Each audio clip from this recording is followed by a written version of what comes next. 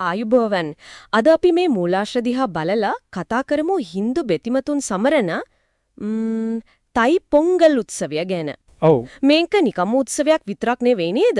ඒකේ ගැඹුරු කතාවක් තියෙනවා වගේ මිනිස්සුයි සෝබාදහමයි අතර සම්බන්ධය ගැන. අනිවාර්යයෙන් මේක තමයි හරය. ඒ කියන්නේ කෘතඥ සැලකීම. කෘතඥ සැලකීම. ඔව්. විශේෂයෙන්ම කෘෂි කර්මාන්තයත් එක්ක බැඳුණු ජීවිතේදී.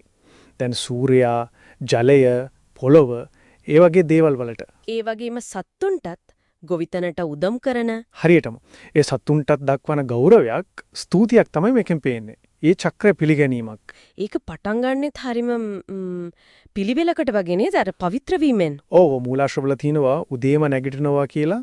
ගෙවල් දොරවල් එහෙම සුද්ධ කරලා. ඔව් හොඳට පිරිසිදු කරලා ඊට පස්සේ එයාලත් නාලා පිරිසිදු වෙලා අලුත් ඇඳුම් අඳිනවා. අලුත් ඇඳුම්. ඒ කියන්නේ හිරු දෙවියන්ව පිළිගන්න ලොකු සූදානමක් තේනවා. ඒක තමයි. ඒක නිකන් ශරීරය පිරිසිදු කරනවා වගේ නෙවෙයි මනසත් සූදානම් කිරීමක්. ඊට පස්සේ අර ලස්සනම වැඩේ අර කෝලම් රට ආඳින එක. ඔව් ඒක හරිම ලස්සනයි. විශේෂයෙන්ම කාන්තාවෝ තරුණ දරුවෝ තමයි ගේ ඉස්සරහා බිම අර පාට හාල් පිටි වලින් හාල් පිටි නැත්තම් වෙන ධාන්‍ය කුඩුත් යොදා ගන්නවද? ඔව් හාල් පිටි හුක වෙන ධාන්‍ය කුඩු වරේද. ඉතින් ඒකෙන් ලස්සන රටාවම වනවා. ඒක ඇත්තටම ලස්සනයි. හැබැයි මූලාශ්‍රවල කියනෝලේද ඒකේ තව තේරුමක් තියෙනවා කියලා. නිකම් ලස්සනට විතරක් නෙවෙයි කියලා. ඒක තමයි වැදගත්ම දේ. ඒ ධාන්‍ය කුඩු, ඒ හාල් පිටි කියන්නේ ඇත්තටම ආහාරයක්. ආහාරයක් කාටද? අර පොඩි සත්තුන්ට, කුහුඹුවන්ට, කුරුල්ලන්ට, පොඩි කෘමීන්ට. ඒ ආරත් ගොවිතැනට උදවන්නනේ. ඒ කියන්නේ එයාලටත් ස්තුති කරනවා වගේ? හරියටම. ඒ පොඩිම ජීවියටත් කෘතඥ සලකනවා. ඒක අද අපිට කොච්චර වටින පණිවිඩයක්ද නේද? සෝබාදහමෙන් ඈත් වෙලා ඉන්න කාලෙක. ඇත්තම හරිම අපූරුයි. ඉතින් ওই සූදානමෙන් පස්සේ තමයි උත්සවයේ ප්‍රධානම දෙයට එන්නේ. අර පොංගල් කිරිබත හදන එක. ඔව් පොංගල් එක. ඒක හදන්නෙත් ගේ ඉස්සරහා එලිමහනේ අලුත් මැටි මුට්ටියක. එලිමහනේ. ඒ කියන්නේ හිරු එලියත් එක්ක සම්බන්ධයක් තියෙනවද? ඔව්. ඒකත් සූර්යාට කරන ගෞරවයක්. අලුත් සහල්, හකුරු, කජු, මුද්දරස් පළම් වගේ දේවල් දාලා. හරිම රසට හදනවා ඇති නේද? ඔව්. පැණි රසට හරිම සුවඳට තමයි හදන්නේ. ඒ මිහිරි රසයත් සංකේතයක්. ඒ කියන්නේ එළමෙන අලුත් අවුරුද්දත් ඒ වගේම සශ්‍රීක සතුටුදායක මිහිරි එකක් වෙන්න කියලා ප්‍රාර්ථනා කරනවා. ආශිර්වාදයක් ඒක. ඒක හදලා ඉවර වෙලා ඊළඟට මොකද කරන්නේ? මුලින්ම ගෙදර පූජා කුටිය තියලා දෙවියන්ට පූජා කරනවා. හරි. ඊට පස්සේ තමයි වැදගත් දේ. හැමෝම එකතු වෙනවා. කෝවිලට යනවා. පවුලේ අය අසල්වැසියොත් එක්කද? ඔව්. හැමෝම එකතු වෙලා කෝවිල් ගිහින් වැඳලා ආපහු ඇවිත් තමයි අර හදපු පොංගල් බත බෙදා හදාගෙන කන්නේ. ඒ බෙදා හදාගන්න එක ඒකෙන් එකමුතුකම වගේ දෙයක් නේද පෙන්වන්නේ? අනිවාර්යෙන්ම ප්‍රජාව අතර සම්බන්ධයේ ශක්තිමත් වෙනවා.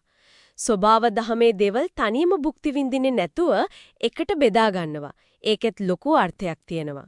ඒ වගේම මේ උත්සවයේදී තවත් කොටසකට ලොකු සැලකිල්ලක් තියෙනවා කියලා මූලාශ්‍රවල කියනෝ නේද?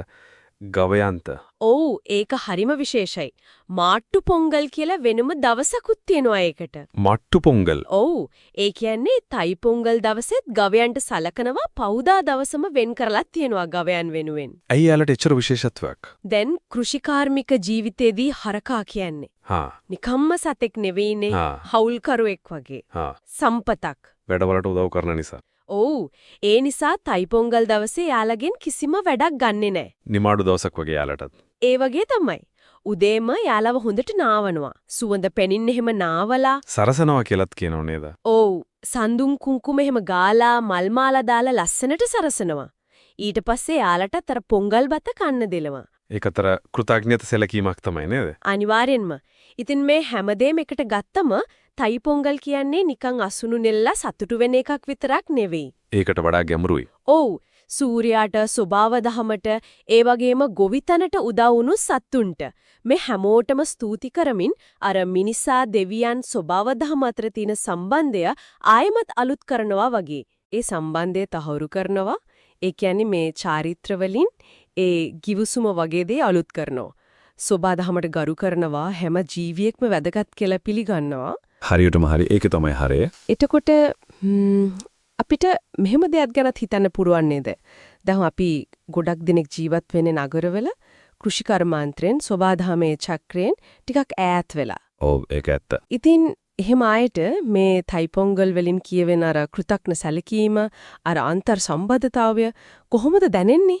ඒක අද කාලෙට ගලප ගන්න පුළුවන් ක්‍රම තියෙනවද? ඒක තමයි හිතන්න තියෙන දේ. අර කෝලම් රටාවෙන් පොඩි සතාට කැම දෙනවා වගේ ඒ වගේ කෘතවේදී බවක් සබාධමයට ගරු කිරීමක් අපේ එදිනෙදා ජීවිතවලට කොහොමද එකතු කරගන්නේ? මොන වගේ ක්‍රමවලින්ද ඒක කරන්න පුළුවන් වෙන්නේ අද දවසේ? ඒක ගැන හිතන්න වටිනවා.